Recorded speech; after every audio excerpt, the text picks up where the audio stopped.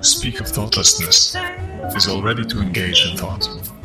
A thoughtless thinker is a terrifying creature. No hesitation, no regret, no inner monologue holding them back. A zombie and an enlightened sage look eerily similar from the outside. Both move without doubt. Both operate without the burden of mental chatter.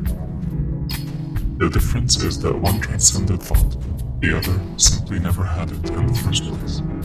So what separates a lunatic from an awakened being? The truth is, we are never in the moment. By the time you register a thought, it's already old news.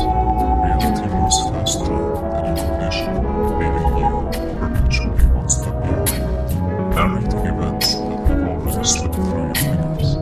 You are like a bad sports commentator, trying to keep up with a game that is happening just a little too fast. Even before a word leaves your lips, it has already been scripted in thought. And before thought even forms, something else precedes it. Thought is not even the first domino. It is a midpoint, a middleman pretending to be the source. If thought is always too late, always chasing the present but never quite reaching it, then where is the present actually happening?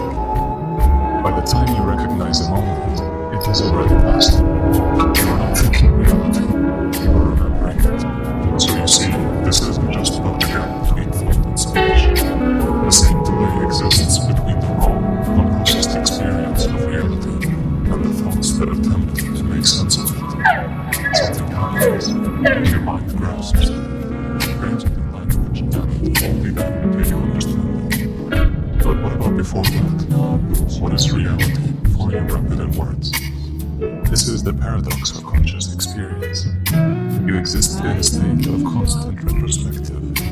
You never meet reality at all. You arrive slightly late to every moment, only to find it has already moved on. And if your thoughts are always lagging behind, then who or what is actually living in real time? The you that reflects is never the you that acts. The moment you think about what you are doing, you are no longer doing it. The moment you think about being alive, you are observing your life from the outside. Thought is not an instantaneous emergence. It is an ongoing process where cognition references itself recursively, generating higher order reflections, such as thinking about thinking. We are never fully able to speak our thoughts because words are clumsy. Speech is a translator for anyone. The moment you think something, it is already distanced from the original purity of the idea. Language always carries the residue of its imperfect meaning. What comes to your tongue is not exactly what was born in your mind. So, this distance is not merely temporal, it's also ontological. We are never fully able to represent the essence of a thought, because the thought is bound by the inherent gaps in language and perception. Every time you speak, a fragment of the idea, the pure thought, is lost to the incompleteness of expression. You speak it, but it's always fragmented, imperfect, and partial. The distance is a necessary feature of reflective consciousness. There is something deeply absurd about the fact that even to negate thought, we must think. This is the distance between raw being and intellectual comprehension, between presence and articulation. It is why no experience can ever be described exactly as it is lived. The second you translate life into language, you lose the immediacy. Words require structure. The moment you think, you fragment. The moment you name, you define. The moment you define, you exclude.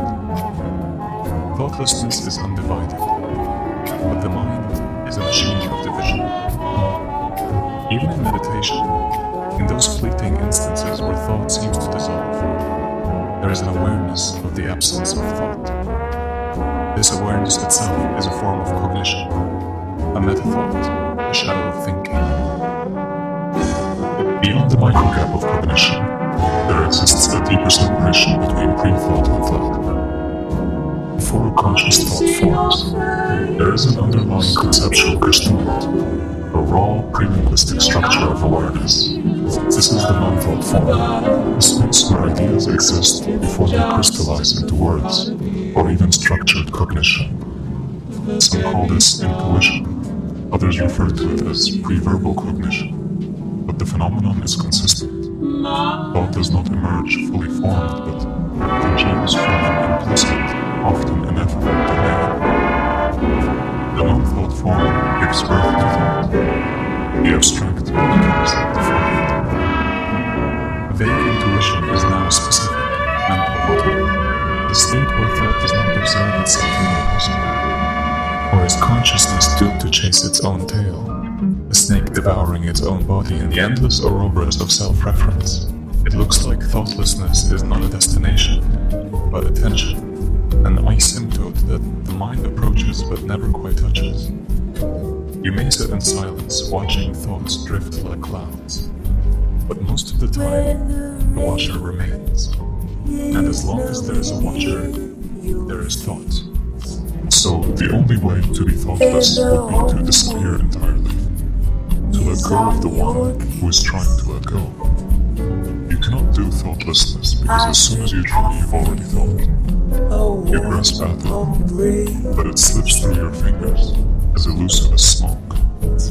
Every time you think you've arrived at no thought, it pulls you back into its gravitational pull. What makes this dark art of consciousness so deliciously maddening is that you are not a separate being, trying to find yourself in a world of lost souls. The very concept of looking for freedom is itself a cage, a paradox wrapped in chains of its own making. The thoughtless thinker has discarded the idea of freedom as a grand ideal and simply lives it. Freedom is not a destination, it is the absence of the need for destinations. To know nothing is to be everything. The thoughtless thinker has given up knowing. He no longer stands in the realm of answers. The paradox is clear. No, you must not know. To know nothing is to slip out of the grasp of thought itself, allowing the world to pour itself into you without the filter of interpretation. The beauty is that the thoughtless thinker has surrendered the need for truth, and in doing so, has become the truth itself. Well, if consciousness comes from a wrinkled electric sponge, then what a humiliating origin story we've got. The grand cosmic observer, built from cholesterol and protein. Every philosophy, every spiritual system, every scientific theory you've ever encountered is a way to distract you from the gnawing truth. You are the source of everything. What a curse. What a beautiful, dark gift. This is why seekers and lunatics walk the same razor's edge. Chase thoughtlessness too far, and you may fall into something beyond human, whether it's enlightenment or oblivion. In Tibetan Buddhism, it's said that in the moment between death and rebirth, there is a realm called Bardo, where the mind experiences a pure unconditioned state, a chance to escape the wheel of illusion. What if the silence between thoughts is the same thing? An opportunity to slip through the bars of the prison. When you try to enter the silence, you bring yourself with you. And that is the problem. Because who is the you that seeks silence? It is thought itself. To reach the silence between thoughts means leave behind the one who wishes to reach it. Imagine a computer program designed to delete itself the moment it detects its own existence. That's what the mind does when it attempts to be thoughtless. Usually the more you try to silence your mind, the louder it gets. The thing is that a self-aware system can never fully shut itself down. This is the first lesson of the thoughtless thinker. You cannot turn off the mind by force. Instead, see it as an analog of the art of optical illusion. You may have the freedom to move in all directions, yet you are still a prisoner within your own idea of freedom. Develop the skill of seeing. Exercise your inner eye, and you will be able to see both illusions.